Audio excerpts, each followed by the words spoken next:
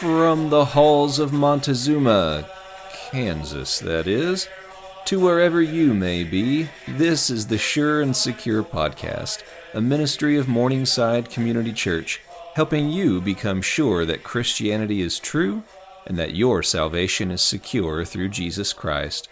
I'm Pastor Tim Erickson. Thanks for listening today. Hello and welcome to the podcast. Thank you so much for listening today.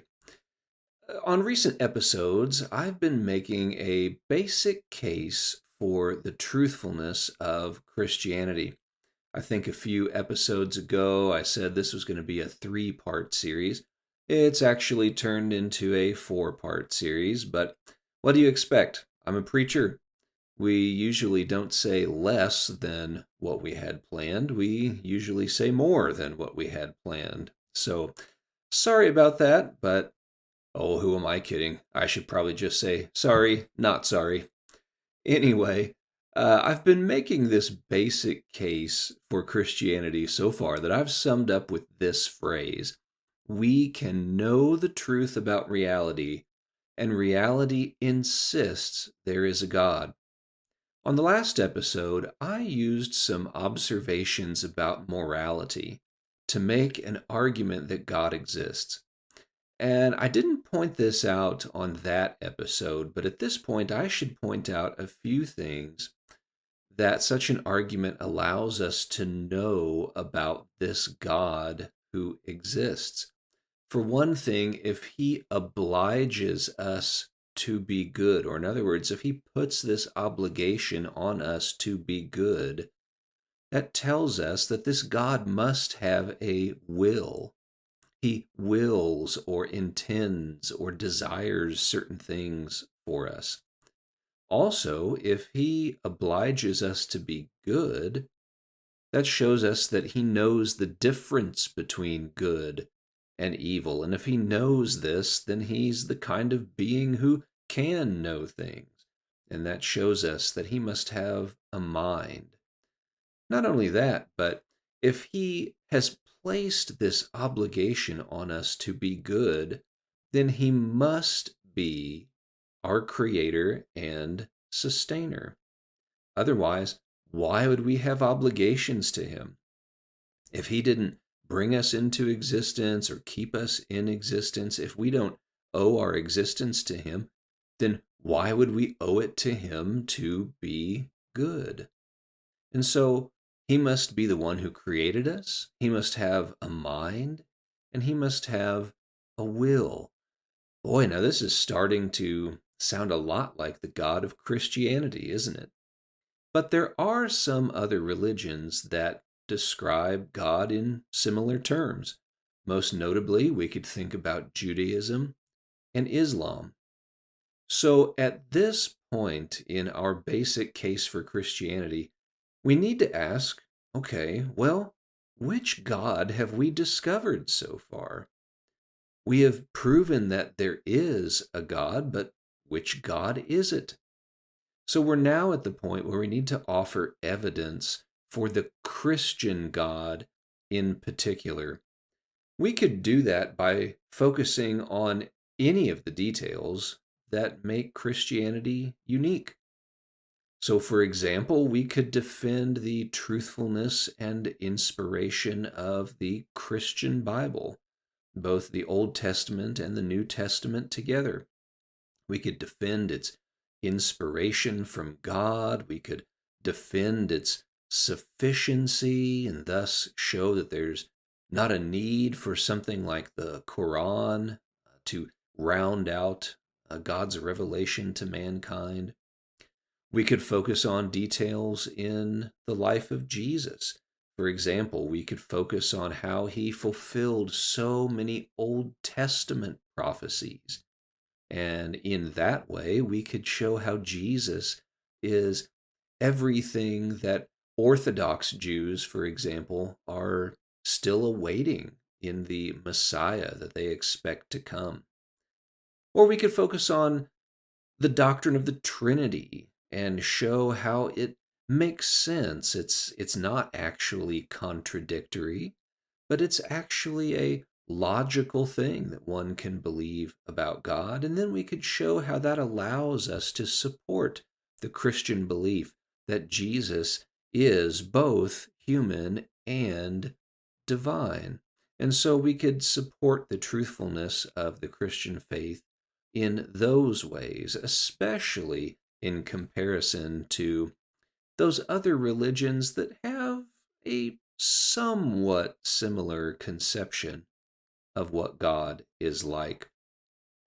Now, on this episode, I'm going to choose to focus on a case for the resurrection of Jesus Christ. We are going to defend the Christian claim that God raised Jesus from the dead. In order to do this, I'm going to present for you an approach to defending the resurrection that was pioneered and perfected by a Christian scholar named Gary Habermas. He termed this approach the minimal facts defense of the resurrection.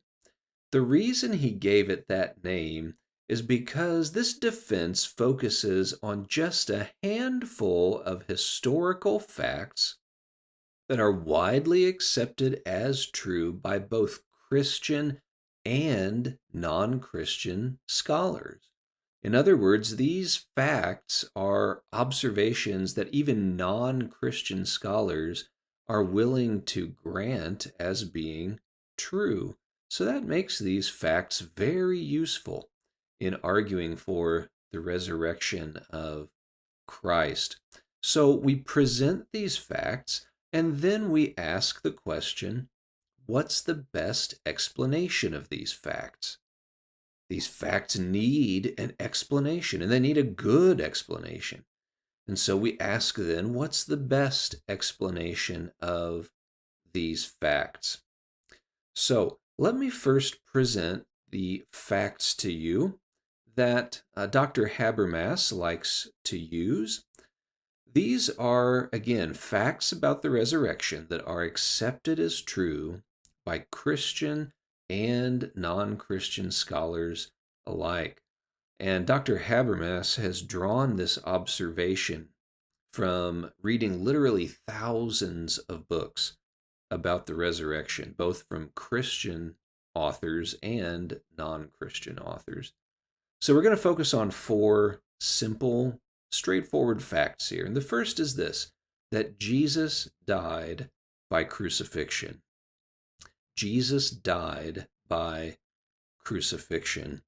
This is an almost universally accepted fact. Some Muslims may deny this fact. They may offer a theory that God actually substituted Judas on the cross for Jesus at the last minute. But most people will affirm that Jesus did, in fact, die by crucifixion.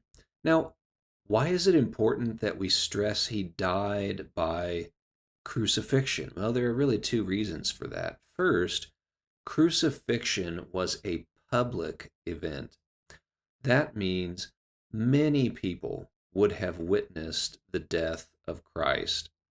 If Jesus had simply died in a private location surrounded by no one but maybe family or friends, it would have been possible then for people to question whether he actually did die or whether that whole claim and report was just made up later on.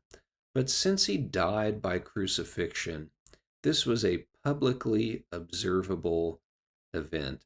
And not only that, but a publicly documented event as well.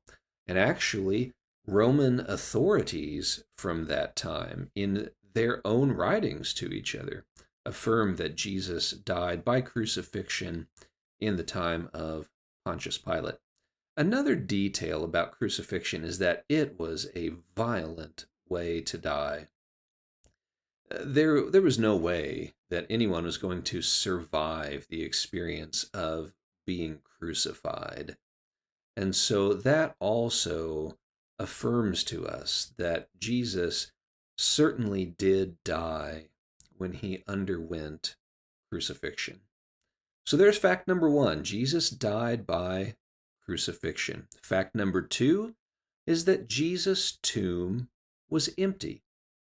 Now, Gary Habermas notes that 75% of all scholars accept this as a fact. And again, we're talking about Christian scholars and non-Christian scholars.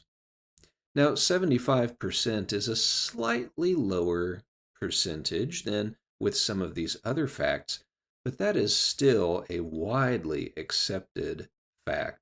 And it's not hard to see why. Just ask yourself, how could Christianity have possibly gotten started if Jesus' body was still in the tomb? The disciples started to proclaim the resurrection of Christ in Jerusalem, where his crucifixion and burial took place. If anyone had wanted to check up on the status of Christ's tomb, they could have easily done so. And so that gives strong evidence to this claim that Jesus' tomb was empty. His body was no longer there. The third fact is this: the disciples sincerely believed that Jesus came back to life and visited them. Now, notice what we're focusing on here is the claim about the disciples' sincere belief. Okay, we're not yet asserting that it's true that Jesus came back to life and visited them. We can't claim that just yet at this point in our argument, or otherwise we'd be guilty of what's called circular reasoning. But what we're focusing on here is the sincere belief that the disciples held that Jesus had come back to life and visited them. Now, it was more common in the past for non-Christian scholars to reject this claim. But today, even most non-Christian scholars will accept that the disciples really did believe that Jesus came back to life. The shift in thinking on that for non-Christian scholars has come as Christian scholars have done a highly effective job of documenting the fate of the apostles and how almost all of them died as martyrs because they were unwilling to go back on their claim that Jesus had risen from the grave. And since they were willing to affirm that claim to the death, that shows that they did genuinely believe that it actually happened. The fourth fact that we're going to consider on this episode is that Saul of Tarsus, or the Apostle Paul, converted to Christianity after Jesus died. You are probably already familiar with Saul's story. After the resurrection, he became a persecutor of the Christian faith. He was, by his own admission, advancing rapidly in Judaism. He was becoming a leader among the Jewish religious leaders, and he was zealous for his Jewish faith. So much so that he thought these new Christians were committing blasphemy. And so he was involved heavily in the persecution and even the judicial executions of Christians. And yet, Saul of Tarsus converted to Christianity. He became one of the very people that he had been persecuting. Why did this happen? How could we explain that fact? And so that's a very powerful fact as well. So here we have these four facts. Jesus died by crucifixion. Jesus' tomb was empty. The disciples sincerely believed that Jesus came back to life and visited them. And number four, Saul of Tarsus converted to Christianity after Jesus died. Now we're ready to wrestle with the question, what's the best explanation of these facts? And as we do that, there's one other question that we need to consider first, and that is, well, what makes for a good explanation anyway? What makes an explanation good rather than bad, or powerful rather than weak? Well, let me explain two principles that we have to look for when we're trying to decide if an explanation is a good one or not. The first principle is called explanatory scope. Explanatory scope. That simply means that a good explanation will cover all of the facts under consideration. If an explanation only covers half of the facts that you've uncovered, or three-fourths of the facts, it's really not very good. If it leaves certain facts completely unexplained, then that's not a very good explanation. The second principle is known as explanatory power. Explanatory power. That deals with how convincing the explanation is. A good explanation won't rely on claims that are far-fetched. If your explanation asks people to believe things that are highly unlikely to be true, well, that's not a very good explanation. Now, let me illustrate these two principles for you so you get a little bit of a better idea of what they mean and how they help us to sort through explanations. Imagine that I am sitting at home one day and my wife has just finished baking some chocolate chip cookies. Oh man, my favorite. But she then proceeds to tell me that I can't have any of these cookies because they need to go to church tonight. So she bakes these cookies, puts them on the cooling rack, but then she says, I have to go downtown for a while. Remember, you're not supposed to have any of these cookies. So Carmen leaves, goes downtown. She comes back home after a while, but when she walks through the kitchen, she notices that 4 cookies are missing. And then when she looks toward the living room, she notices that my recliner is surrounded by cookie crumbs. And there I am sitting in my recliner with chocolate around the corners of my mouth. Now, my wife is slow to anger and abounding in loving kindness, so she wouldn't just come right out and accuse me of eating the cookies I wasn't supposed to touch. Instead, she'd probably say, do you know what happened to the cookies? Now imagine if I said to her, honey, you'll never believe it. I was sitting here in my recliner watching the game when all of a sudden a biker gang drove past the house and they smelled your cookies from outside and they burst through the front door, came in, stole the cookies, and then left just as quickly as they had come. Now, let's consider my story. Is that a very good explanation of the facts? Well, first, let's think about its explanatory scope.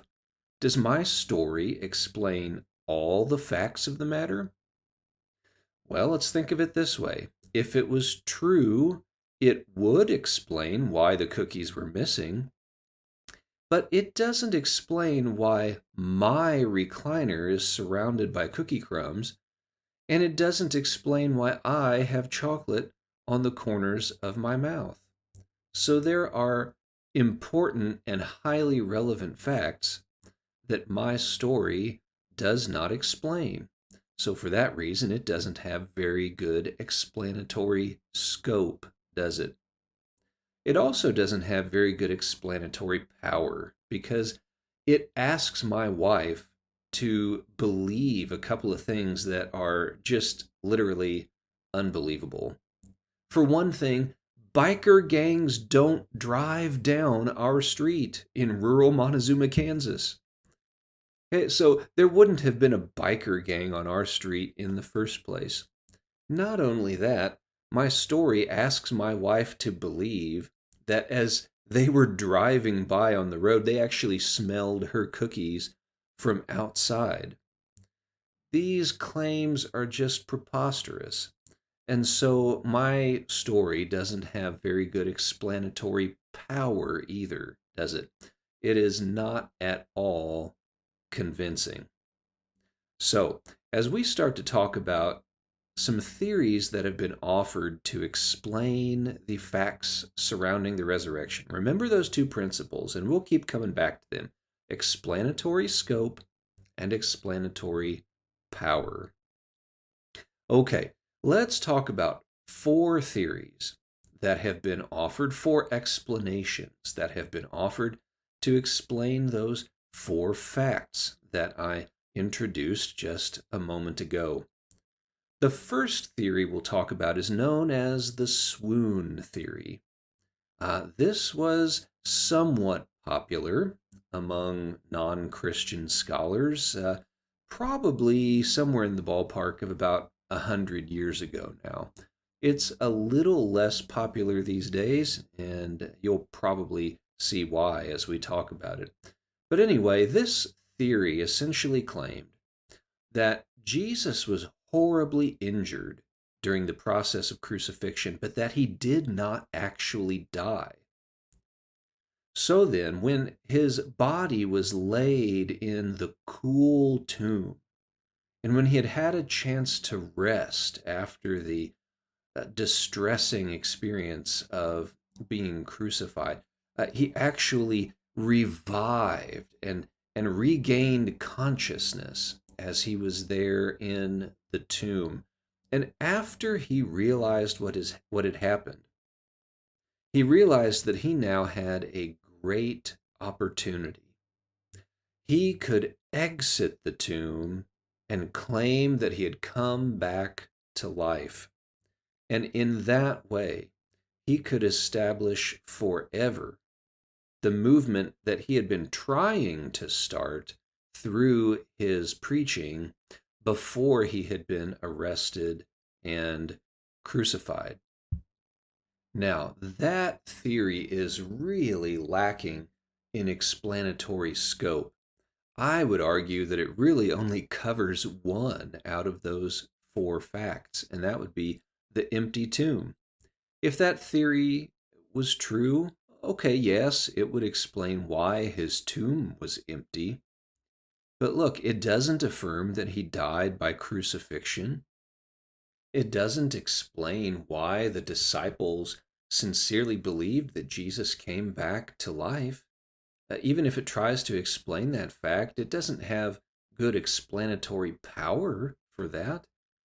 If Jesus had not really been resurrected, when he appeared to the disciples, he surely would have been all beat up and weak. Could he have ever convinced them in that state that he had actually risen from the grave? I don't think so.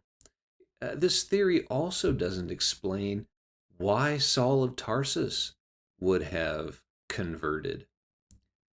Again, how could Jesus have convinced Saul to believe that he had risen from the grave? It also doesn't explain the biblical details of Saul's own testimony of how he converted and why he converted. So that theory is really lacking in both explanatory scope and explanatory power. What about a second theory? This is the theory that the disciples stole his body.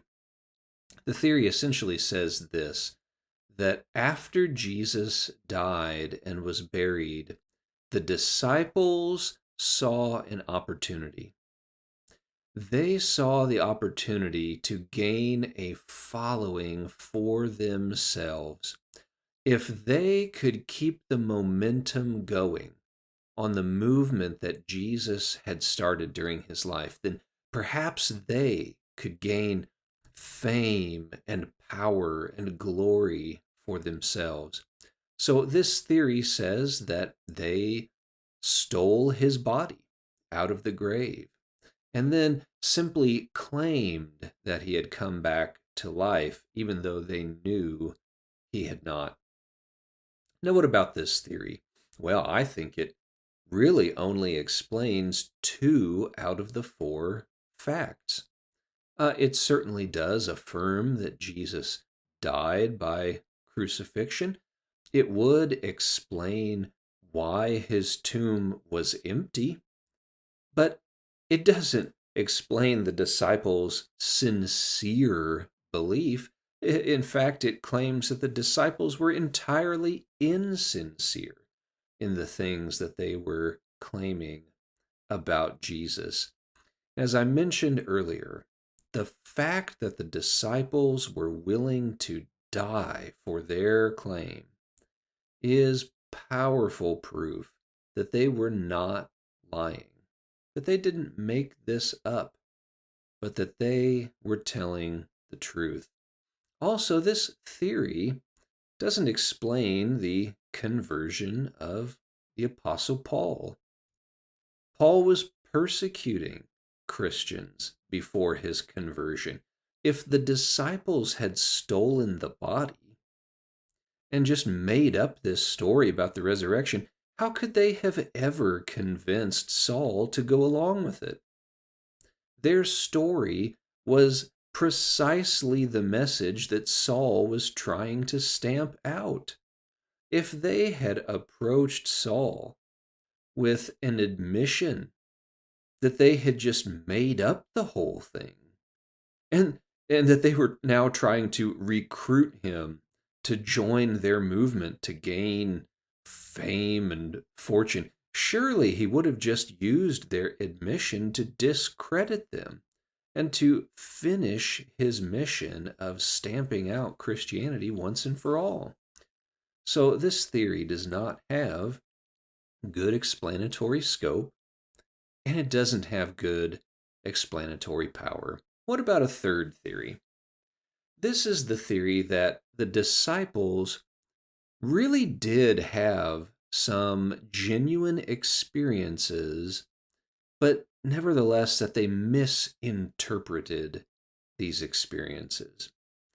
This theory essentially says that after Jesus died, the disciples did have some kind of dreams about him, or some kind of visions of Jesus, or some kind of hallucinations about him. And this theory asserts that those experiences were real, but it goes on to say that the disciples misinterpreted those experiences, that the disciples didn't realize that they were only dreams or hallucinations or visions, and instead they misinterpreted their genuine experiences to come to this belief that Jesus had actually come back to life. Well, what about this theory? It possibly explains three out of the four facts, although I think it more likely could only cover two of them. It does affirm that Jesus died by crucifixion. It could have some explanation about why Jesus' tomb was empty, but notice it would have to add additional details beyond what the theory already claims. And so I really don't think it offers a good explanation for why Jesus' tomb was empty.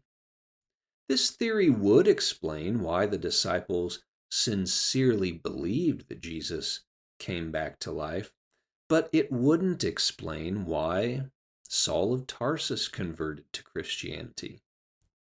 How could the disciples have convinced Saul that their private experiences were genuine? Saul was not inclined to believe that whatsoever. How could they have possibly convinced him to join their movement, especially if he had not had similar experiences, or even if he did have similar experiences? Why should we conclude that he would have misinterpreted them? He would not have been inclined to believe them in the first place. And so it's not likely that if Saul had had some kind of experience like that he would have misinterpreted it. So that theory is also somewhat lacking in explanatory scope and explanatory power. Now, there are other theories offered by non Christian scholars, but for our purposes today, let's move on to this fourth theory, the one that we assert as Christians, the explanation that we assert for these facts, and that is that Jesus truly did rise from the grave. He truly did come back to life after he had died. Notice, that explanation has excellent explanatory scope. It covers every one of those four facts: that he died by crucifixion. It explains why his tomb was empty. It's because he came back to life and then vacated his own tomb. It explains why the disciples sincerely believed that Jesus came back to life, because he in fact did come back to life and then visit them.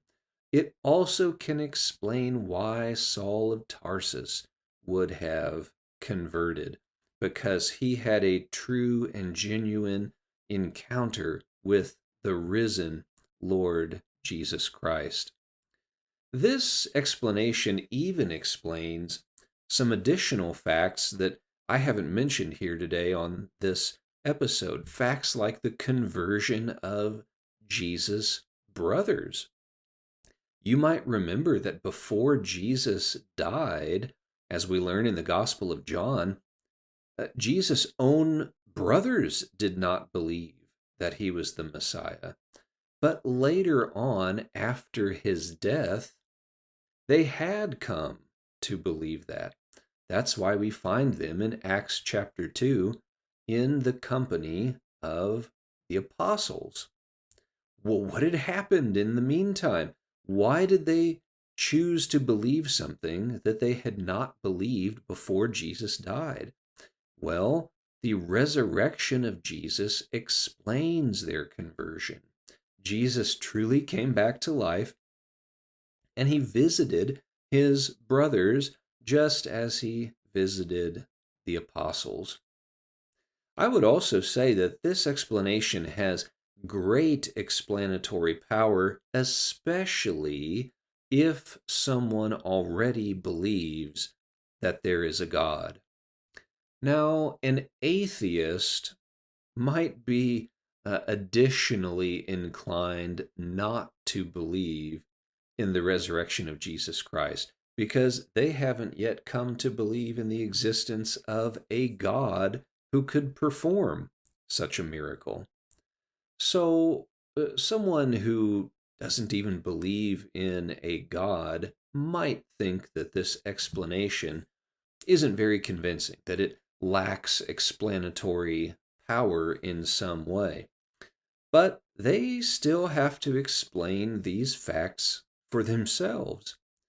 And so they still have to offer up their own explanation of these facts. They can't just ignore these facts and sweep them under the rug. These are facts that are widely accepted, even by non Christian scholars. So they have to explain them somehow. But if someone already believes there is a God, then they would likely accept that this world is the kind of place where miracles are possible. And if they believe that miracles are possible, then perhaps by God's grace, He will allow us to help convince them that this miracle, the resurrection of Jesus, truly did happen. So if someone already believes in a God, this case for the resurrection of Christ is going to be all the more powerful. That's why, over the last few episodes, as I've been laying out this basic case for Christianity, that's why I first addressed the matter of the existence of God. Because if we can help someone see there really is a God, then any evidence we offer them for the truthfulness of Christianity can then be offered in a context that will make that evidence easier to believe and more likely, perhaps, to be accepted. And so there's a definite method behind the order in which I dealt with these issues.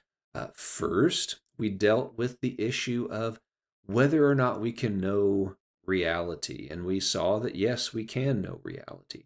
Then we saw that reality insists there is a God. And once we have seen that there is a God behind this reality that we know, we can show people that our Lord Jesus Christ is the true revelation of the God who created us, that the Lord Jesus truly is God in the flesh, and he has demonstrated it to all without a doubt by rising from the grave after he had died. Well, I hope you have enjoyed hearing this basic case for the truthfulness of Christianity.